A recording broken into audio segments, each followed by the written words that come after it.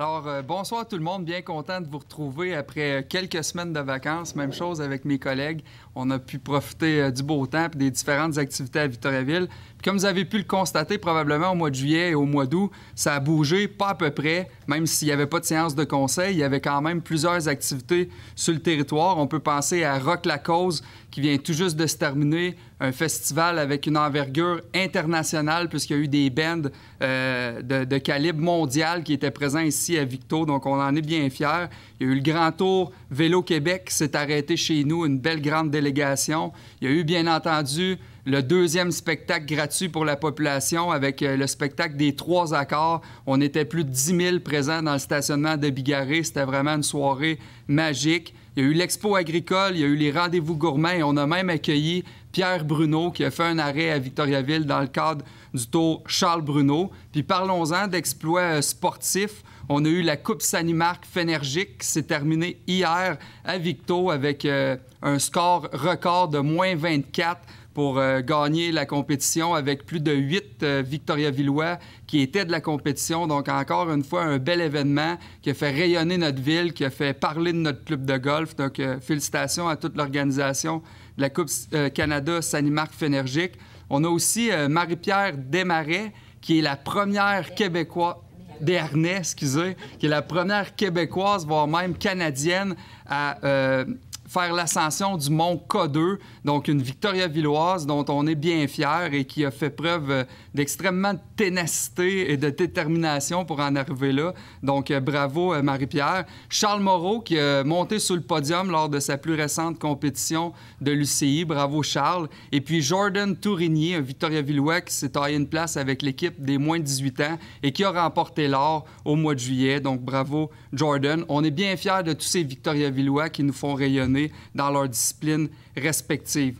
Également, été signifie animation estivale, service de garde durant l'été. Donc, ça vient tout juste de se conclure. On a connu un beau succès avec la fête estivale et la dernière journée qui se tiendra mardi, demain, le 16 août. Et je tiens à vous rappeler que les piscines de Victoriaville aussi ont été achalandées cet été. Puis on a jusqu'au 21 août pour aller dans les piscines des Forges, Monseigneur-Milo et Sainte-Famille. Et finalement, bien, c'est la fin de l'été, mais c'est le début des activités pour l'automne et l'hiver. Donc, une date à retenir, c'est le 22 août prochain. Ce sera le début de la période d'inscription pour nos différentes activités. On le sait, Victoriaville, on est une ville active, une ville en santé, donc il y a une panoplie d'inscriptions que vous pouvez faire au vic.to/sport. Donc, allons-y maintenant avec notre ordre du jour. Et Madame la greffière, il y aurait quelques changements. Oui, effectivement, il y a le retrait du sujet 6.3. Il y a également 2 ajouts aux affaires nouvelles, soit une fin d'emploi, une entente de fin d'emploi et un dépôt de candidature pour obtenir un prix. Parfait.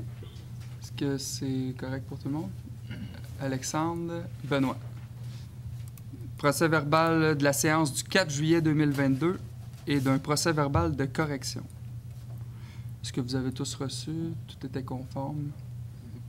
Caroline, Alexandre.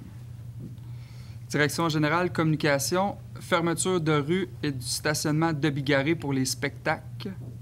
Donc, il s'agit de la fermeture de la rue de Bigarré le 30 juillet 2022. C'est pour entériner la fermeture de la rue de Bigarré entre 17h et 22h, ainsi que le 4 septembre 2022 entre midi et 23h. Pour la fermeture du stationnement de Bigarré pour le 28 juillet 2022 à 21h, de 21h le dimanche au 31 juillet 2022 à 21h. Et la fermeture du stationnement de Bigarré du vendredi 2 septembre au lundi 5 septembre 2022. Chantal, Yannick. Merci. Fermeture de diverses rues dans le cadre de l'événement Rock la Cause pour régulariser nos dossiers. Oui, donc il s'agit d'entériner la fermeture complète des rues de l'Olympie et des Chalets, ainsi que la fermeture partielle de la rue Hamel pour la sortie seulement et de la rue des Loisirs pour une entrée supervisée seulement du mardi 9 août au dimanche 14 août. Chantal, Michael. Fermeture de rue en vue de plusieurs fêtes des voisins à venir.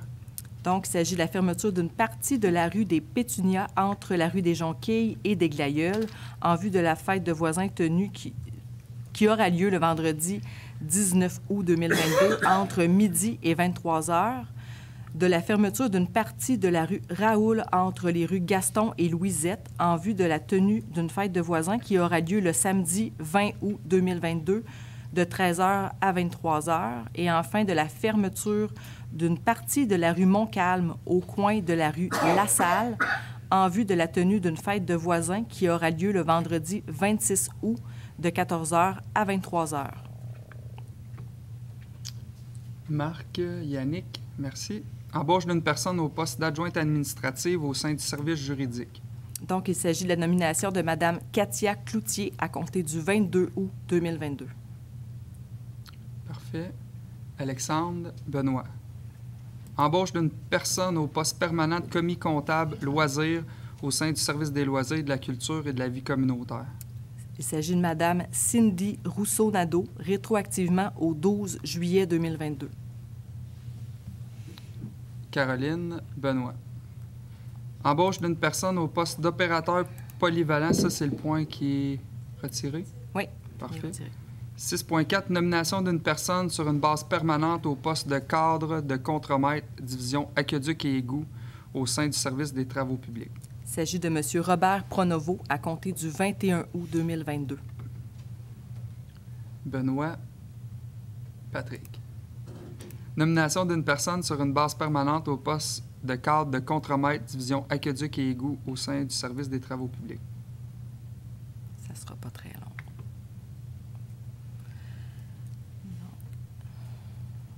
Il s'agit de M. Alexandre Dion à compter du 21 août 2022. Yannick, Marc. Autorisation d'obtention d'informations relatives aux antécédents judiciaires lors d'embauche. Il s'agit de désigner Mme Marie-Chantal Gagnon, directrice du service du capital humain, de Mme Véronique Vachon, conseillère en ressources humaines, et de M. Francis Anger, conseiller SST et avantages sociaux. Parfait. Chantal, Yannick. Emprunt temporaire aux fins d'administration. Il s'agit d'une résolution administrative permettant des emprunts temporaires sur la marge de crédit pour les opérations courantes. Benoît, Caroline. Merci. Rapport sur l'état des taxes et créances impayées. Il s'agit d'une obligation imposée par la loi de déposer un état des immeubles sur lesquels les taxes n'ont pas été payées en tout ou en partie. Michael, Chantal. Liste des comptes de taxes et des comptes spéciaux irrécouvrables.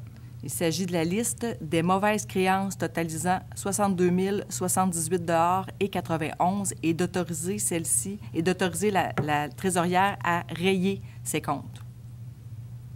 Patrick, Benoît. Liste des comptes pour le mois de juillet 2022 totalisant 15 573 708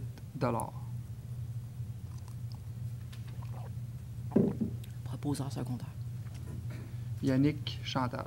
Merci. Greffe, demande de reconnaissance aux fins d'exemption de la taxe foncière pour l'immeuble situé au 19 et 19A rue de Courval. Il s'agit d'une demande qui est formulée par l'organisme La Maison des femmes des Bois-Francs.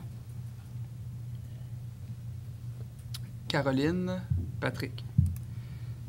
Adoption d'une résolution concernant la vente d'immeubles pour taxes. Il s'agit d'autoriser la greffière à vendre les immeubles dont des taxes foncières sont impayées à l'enchère publique au bureau du conseil ou à tout autre endroit désigné dans l'ordonnance pour la ville de Victoriaville. Parfait. Michael, Chantal. Dépôt du certificat d'enregistrement de la greffière dressé à l'égard du règlement numéro 1465-2022. Suite à la tenue des journées d'enregistrement du 27 juin au 4 juillet, ce règlement est réputé approuvé par les personnes habiles à voter. Benoît, Patrick. Dans Sport et loisirs, entente à intervenir entre la compagnie 92 75 67 17 Québec Inc. et la ville de Victoriaville. C'est une entente concernant l'aménagement et l'utilisation d'un terrain situé dans le développement du colonial Franc-Ouest dans le cadre d'un projet de disc golf. Super. Yannick Fréchette, Marc Morin. Bâtiments et équipements récréatifs, soumission reçue en vue de l'exécution des travaux de réaménagement du centre communautaire d'Arthabasca. Donc, nous avons reçu une seule soumission, soit de le groupe Dromco Construction pour 5 641 880 $. Le montant de la seule soumission reçue dépassant les prévisions budgétaires, la soumission est rejetée. Parfait. Proposeur secondaire ou non? Oui. Oui. Alexandre, Patrick. Gestion du territoire et développement durable. Adoption d'un second projet de résolution concernant le règlement 1268-2019 relatif aux projets particuliers de construction, de modification ou d'occupation d'un immeuble pour les immeubles situés au 72 et 78 rue de la Manufacture. C'est un projet visant à autoriser un mur de soutènement constitué de blocs de béton non architecturaux, alors que la réglementation ne le permet pas. L'Assemblée publique de consultation ayant eu lieu le 8 août dernier et personne ne s'étant présenté, le second projet de règlement est adopté sans changement. Parfait. Chantal, Michael. Dérogation mineure, demande de dérogation concernant l'immeuble situé au numéro 401-571 boulevard Jutras-Est. Est-ce que quelqu'un dans la salle est présent, une personne dans la salle est présente pour les dérogations mineures? Non. Donc, on va les passer en bloc, M. le maire. Parfait.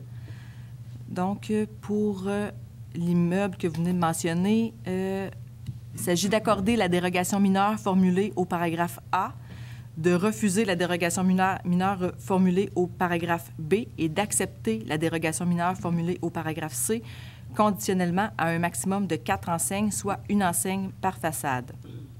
Pour l'immeuble situé au 60 rue Piché, il s'agit d'accorder les dérogations mineures telles que formulées. Pour le 162 rue Valère, il s'agit d'accorder la dérogation mineure telle que formulée. Pour le 75 boulevard Pierre-Roux-Est, il s'agit de refuser la demande telle que formulée. Parfait. C'est le 142. C'est le 142 rue Valère. 142, désolé. Oui. Ça va, 142 rue Valère. Patrick, Chantal. Plan d'implantation et d'intégration architecturale, rapport du CCU de la Ville de Victoriaville relatif à des projets ayant trait au plan d'implantation et d'intégration architecturale. Donc, nous avons reçu les demandes suivantes, soit M. Claude Moreau pour le 12 rue de l'Ermitage, Mme Claude Deblois pour le 28 rue Saint-Philippe, de la Caisse des Jardins des Bois-Francs pour le 27 à 33 rue Notre-Dame-Est, de 9137-0098-18 Québec Inc. pour le 1450 boulevard Jutras-Ouest, de Mme Gaëlle Pirat pour l'immeuble situé au 85 à 91 rue Olivier, de 2419-85-74 Québec Inc. pour le 86-86B rue Saint-Jean-Baptiste, de Mme Marie-Claude Gingras-Olivier pour le 156 rue Désirée, de la boîte d'urbanisme pour le 36 à 42 rue Saint-Dominique, de Les Constructions GL pour le 64 rue de la Mère Simon, de Les Constructions GL pour le 70 rue de la Mère Simon, de groupe BBG pour le 95 rue du Sacré-Cœur, de CPE Rayon de Soleil Inc. pour le 790 boulevard des Bois-Francs-Sud. Parfait. Alexandre Côté.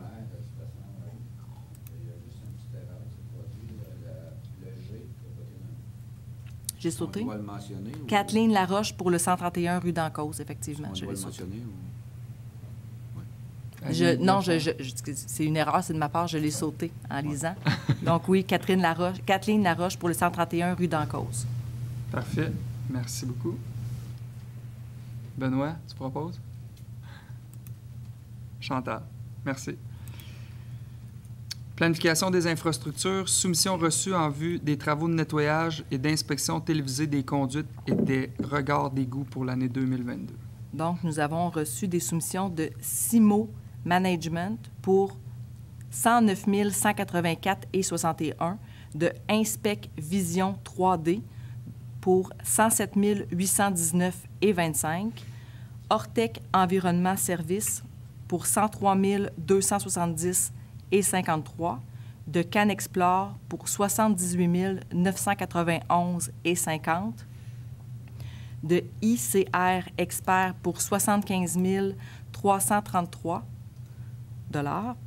de Can Inspect pour 73 109,65 Donc, il s'agit d'accepter la soumission de Can Inspect comme étant la plus basse soumission conforme au prix de 73 109,65 taxes non incluses. Michael. Yannick.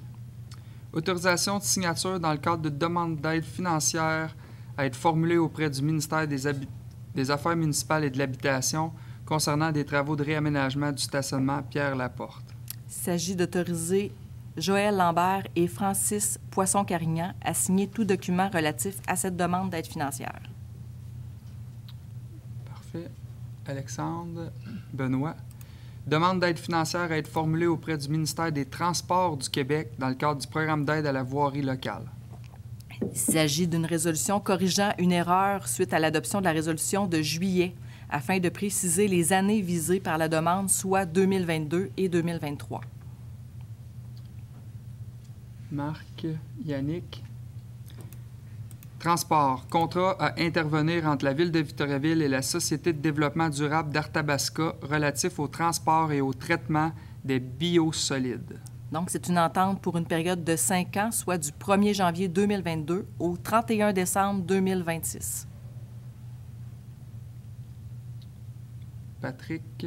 Benoît. Règlement. Avis de motion à être donné d'un règlement modifiant le règlement de zonage 1261-2019 et dépôt du projet de règlement 1474-2022. Donc, c'est un avis de motion qui vise à modifier l'usage santé et services sociaux dans la zone C520. Donc, qui donne l'avis de motion? Je vais donner l'avis de motion, M. le maire. Merci, Alexandre. Adoption du projet de règlement 1474-2022, modifiant le règlement de zonage 1261-2019. Donc, l'Assemblée publique de consultation pour ce projet est prévue le 29 août 2022 à 17 h et le conseiller désigné est Michael Provencher. Parfait. Merci, Michael. Chantal. Marc. Avis de motion à être donné d'un règlement modifiant le règlement de zonage 1261-2019 et règlement de construction numéro 1263-2019 et dépôt du projet de règlement 1475-2022. C'est une modification réglementaire prévoyant une modification par rapport à la hauteur d'une enseigne pour un service à l'auto et le retrait de l'assujettissement au code de construction pour une construction accessoire liée à un usage autre que résidentiel dont la superficie est de 20 mètres carrés et moins. Merci, Caroline. Adoption du projet de règlement 1475-2022, modifiant le règlement de zonage 1261-2019. Pour ce projet, l'Assemblée publique de consultation est prévue le lundi 29 août 2022 à 17 h et le conseiller désigné est Michael Provencher. Merci, Michael. Chantal. Marc. Adoption du second projet de règlement 1471-1-2022, modifiant le règlement de zonage numéro 1261-2019. Il s'agit d'un règlement prévoyant diverses dispositions, soit l'ajout des définitions suivantes, activités occasionnelles et bâtiments de service, de la modification quant aux normes d'implantation et autres dispositions applicables aux constructions accessoires autorisées pour l'ensemble des usages, soit la distance minimale d'une ligne de terrain par rapport à un balcon, une galerie ou une verrière. Une modification quant aux normes applicables à un bâtiment de service, une modification quant aux normes applicables à une activité occasionnelle. Et pour toutes ces modifications, l'Assemblée publique de consultation ayant eu lieu le 8 août dernier, le second projet de règlement est adopté sans changement. Parfait. Alexandre. Benoît. Adoption du second projet de règlement 1472-1-2022, modifiant le règlement du zonage 1261-2019. Il s'agit d'un règlement visant à créer la zone d'habitation H170 située derrière l'hôtel Victorin. L'Assemblée publique de consultation ayant eu lieu le 8 août, le second projet de règlement est adopté sans changement. Parfait. Alexandre, Benoît. Adoption du règlement 1469-2022, modifiant le règlement 1261-2019. Donc, il s'agit de modifier les dispositions relatives aux éléments suivants, soit l'aménagement d'une aire de stationnement en fonction du nombre de cases et le stationnement d'un véhicule de camping ou d'un bateau en cours avant. Chantal, Yannick. Adoption du projet de règlement 1473-2022, modifiant le règlement 1260-2019, constituant le plan d'urbanisme. Il s'agit d'une modification visant à intégrer des lots situés derrière l'hôtel Le Victorin dans une aire d'affectation résidentielle à haute densité. Parfait. Benoît, Caroline. Merci beaucoup. Affaires nouvelles, on avait 2 nouveaux points, je crois. Donc oui, il y a une entente à intervenir entre la Ville de Victoriaville et l'employé et un employé. Parfait. Patrick, Paulin, Benoît Gauthier, 15.2. Je vais vous laisser le lire, Madame la greffière. Je ne l'ai pas dans mes notes. Parfait. Il s'agit du dépôt de la mise en candidature pour le prix municipal, Municipalité et développement durable dans le cadre de la cérémonie Mérite municipale. Donc, attendu que ce prix récompense des municipalités ayant réalisé une démarche intégrée de développement durable visant à améliorer la qualité de vie de leurs résidentes et résidents. Attendu que ce prix met de l'avant des interventions en matière de développement économique, social et environnemental selon un processus participatif de planification et de mise en œuvre. Attendu que le plan de mise en place d'infrastructures vertes de gestion des eaux pluviales pourrait se qualifier pour cette mise en candidature. En conséquence, il est résolu à l'unanimité d'approuver le rapport de M. Joël Lambert et de l'autoriser à déposer une mise en candidature en vue du prix Municipalité et développement durable dans le cadre de la cérémonie Mérite municipale du ministère des Affaires municipales et de l'Habitation. Parfait, merci. Donc, on va approuver à l'unanimité le dépôt de cette candidature-là, puis espérons qu'on remportera les grands honneurs. Merci beaucoup. Période de questions. Est-ce qu'il y a des questions dans la salle? Juste avant, monsieur le maire. maire. Oui. Une intervention. Ah oui? Des membres. Certainement. Et si vous me permettez, une invitation à faire à la population victoriavilloise ce samedi, 20 août. Vous savez que Victoriaville fait partie des 13 villes d'accueil des réfugiés au Québec, 36 villes au Canada, que Victoriaville assume un leadership au niveau de l'immigration en étant coprésident du comité en immigration de Victoriaville et sa région. Et samedi, le 20, on va fêter des anniversaires à la place Sainte-Victoire, puisqu'il s'agira de la 10e édition de la fête de la diversité culturelle à Victoriaville, organisée par le comité d'accueil international des Bois-Francs, qui fête son 50e anniversaire, avec une programmation qui va être très riche, spectacle en soirée. J'invite la population à venir à la rencontre de toutes les cultures, de toutes les communautés qui sont à Victoriaville. C'est le meilleur moyen pour créer une société inclusive, créer des liens d'amitié avec des gens qui viennent d'ailleurs, puis leur faire découvrir la réalité du Québec, le partage de nos valeurs aussi au Québec. Puis, si vous le permettez, on fêtera un 3e anniversaire, puisque le 17 août, donc entre aujourd'hui et le 20, je fêterai mon 30e anniversaire comme nouveau Québécois, et j'espère vous embêter encore 30 ans. Donc, tu ne nous embêtes pas, Patrick. Donc, vraiment, un rendez-vous, place Sainte-Victoire, le 20 août prochain, la fête de la diversité. C'est important d'avoir une société inclusive. Merci beaucoup. Est-ce qu'il y avait d'autres interventions? Ça va? Questions dans la salle? Oui, c'est... Bonsoir tout le monde. Bonsoir. C'est quelque chose dont j'avais déjà parlé à James pendant un conseil d'il y a 2 mois. Malheureusement, sa chaise est vide, c'est tragique.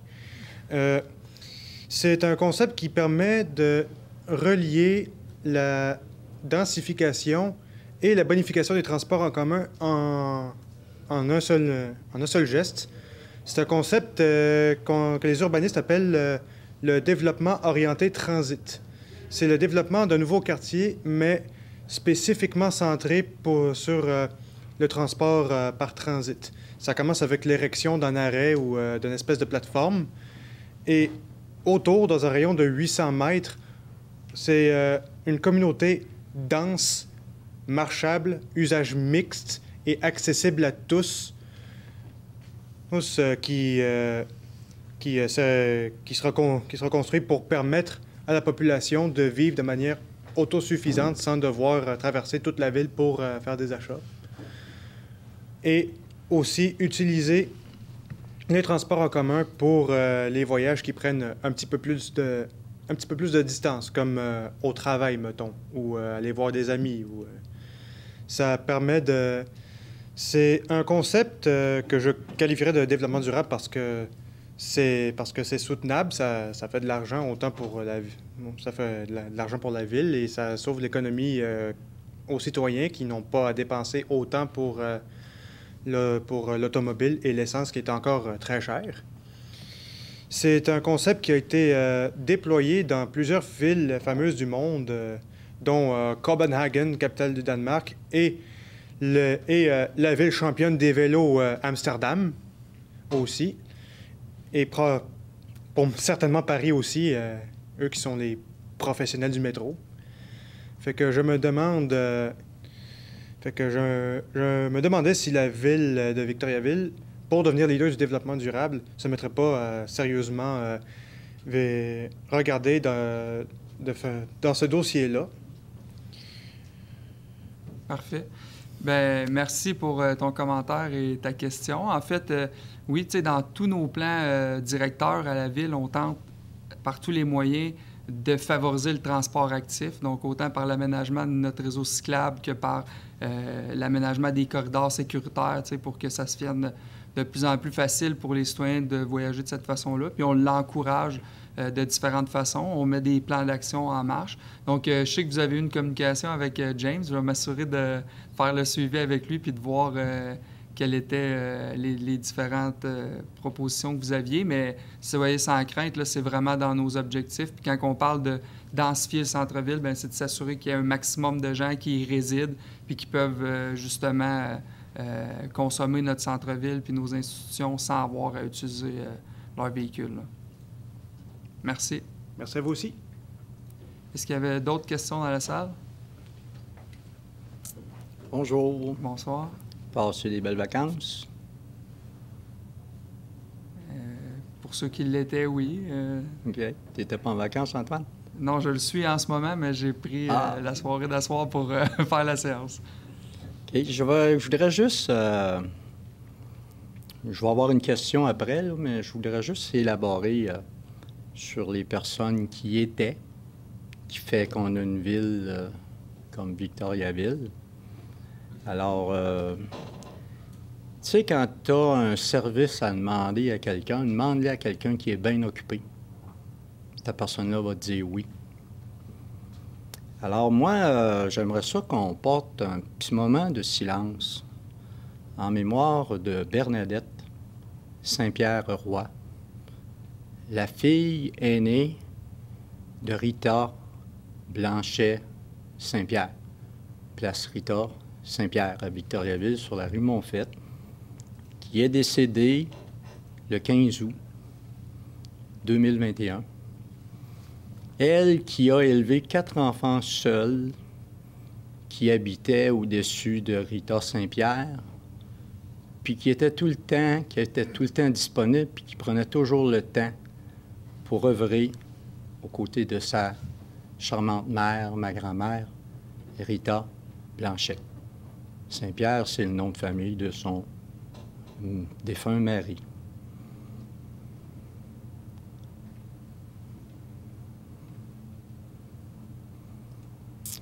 On va aller à la période de questions. Je voudrais remercier premièrement Benoît Gauthier, qui est le conseiller municipal du district où j'habite. Benoît qui a pris le temps de venir visiter nos installations au 1018 de la rue Cartier à Victoriaville, la partie campagne de Victoriaville, aux limites de Victoriaville et Saint-Albert. Je veux remercier aussi tous les conseillers qui ont, j'espère, bien pris le temps d'écouter et de visionner le vidéo que je leur ai envoyé concernant le centre équestre et canin Lucky. Voyez-vous le centre équestre et canin Lucky? Il y a un O. Mais c'est le centre équestre et canin Lucky avec un U. Avoir la chance de faire partie de cette organisation-là. Parce qu'un O, c'est barré. Alors moi, j'ai adopté il y a 6 mois un chien de 8 mois, un berger allemand, qui était très réactif et dangereux, qu'on voulait euthanasier, puis qui avait bien raison, sauf que j'ai dit, j'ai le temps de m'en occuper. C'est la principale mascotte de ce centre-là. Alors moi, je suis venu ici après l'adoption de ce chien-là, dans l'intention de partir un centre. Un centre où les animaux, pas juste les chevaux, les chiens, les chats, mais les bébites à 4 pattes, les humains et les bébites à 2 pattes, les humains. Les bébites à 4 pattes, les bébites à 2 pattes. Je veux vous remercier, vous dire félicitations quand même à la Ville de Victoriaville, parce que malgré sur les affiches dans les parcs, maintenant, vous acceptez, j'espère que ce n'est pas toléré, que vous acceptez la présence de nos amis canins à la Vélogare lors des spectacles en plein air. Puis je pense que ça se déroule bien. C'est votre question? Non, mais c'est une partie de la question. Revenez-en à votre question, puis on va y répondre. Alors moi, après l'adoption de ce chien-là, dans l'intention de partir un centre, en campagne, sur 40 acres, longeant la rivière Nicolet. Puis il y avait des citoyens en octobre qui ont demandé à Victoriaville, est-ce qu'on pourrait avoir un endroit où on peut circuler avec nos chiens détachés, pas en laisse, mais pas seulement dans des parcs à chiens. OK? Je veux vous annoncer que l'endroit, c'est le 1018 de la rue Cartier, où il y a des comportementalistes sur place pour s'assurer du bien-être de ces animaux-là à 4 et 2 pattes. Parce qu'on sait que c'est au bout de la laisse que ça va bien. Alors, la question, je suis venu demander un permis d'éleveur. J'ai rencontré des gens ici qui m'ont signé avec la date, comme de quoi que je pouvais avoir un élevage sans aucune contrainte. 2 semaines après, je me suis dirigé avec ce document-là à la Société protectrice des animaux.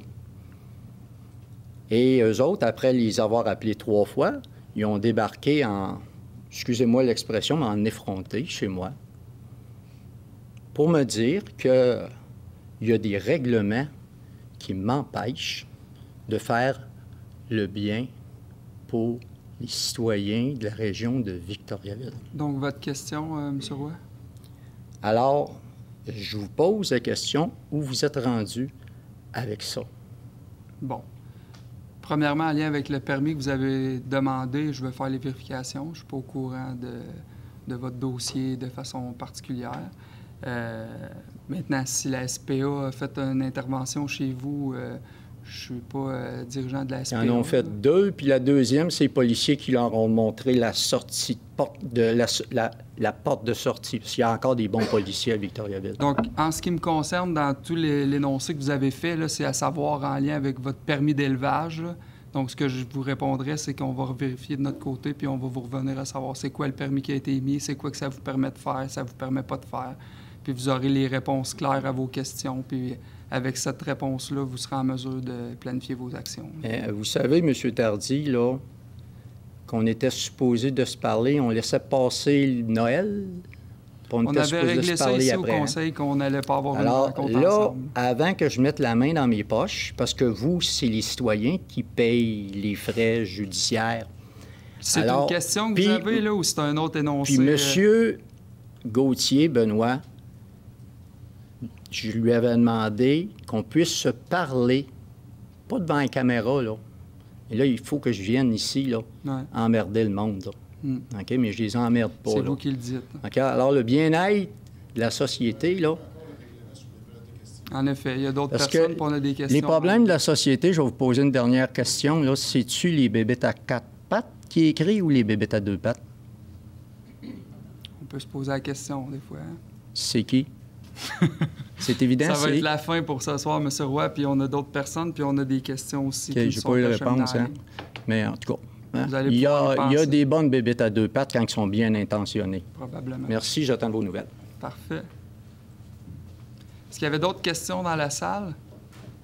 Sinon, on irait avec les questions en ligne, Maxime? Oui, donc la première question de M. Jenny Bellumeur.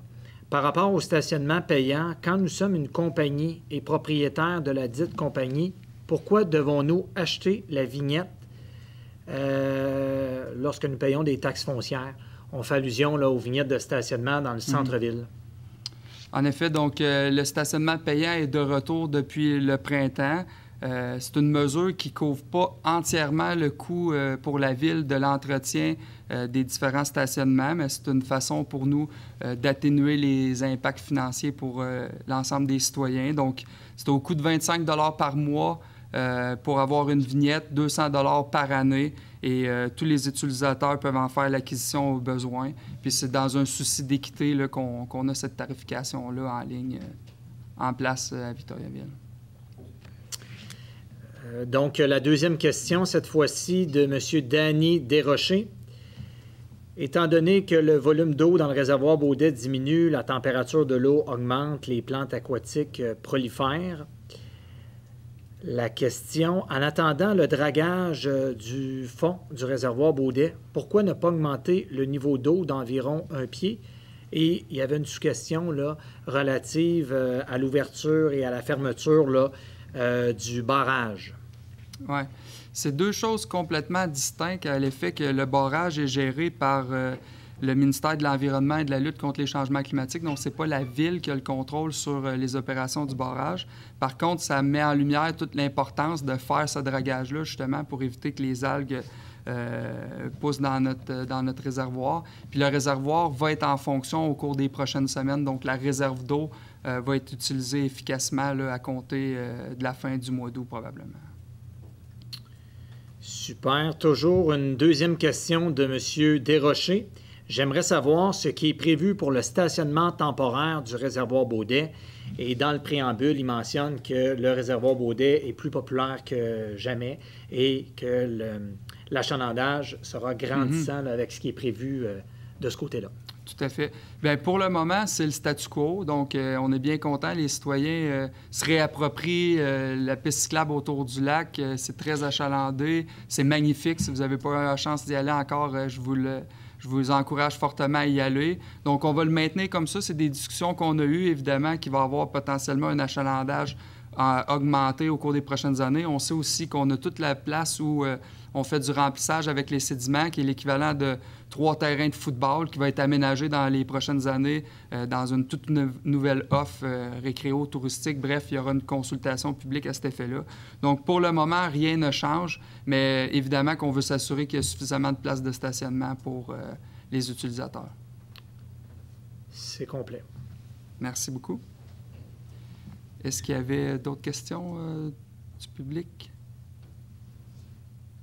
Oui? S'il vous plaît, oui.